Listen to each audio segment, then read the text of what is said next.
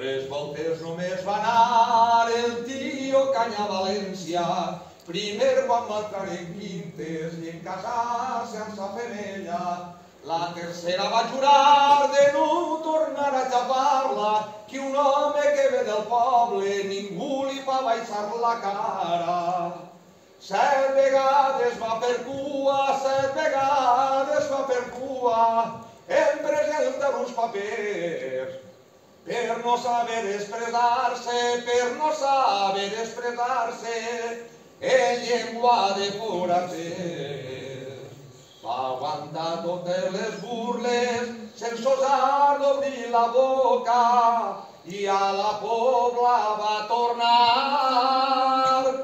Tio Canya, no penses traure a casa, posa-li un porrella nou, ho et farà una teulada.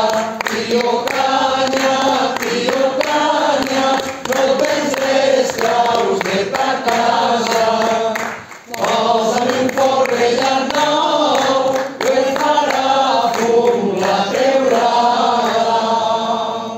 Cròniques del carrer diuen, cròniques del carrer diuen, Déus n'és que té el tio Canya, que són metges a València, que són metges a València, professors i gent lletrada.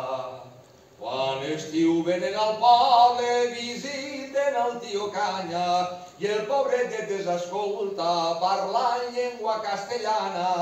Però cròniques més noves expliquen que el tio Canya ja compta amb els molt joves que alegren la seva cara. Mai parlen castellà, mai parlen castellà, com en llebres dels seus pares, sinó com la gent del poble, sinó com la gent del poble, la llengua del tio Canya. Reviscola el tio Canya, enganyat si et falta, qui a València has de donar.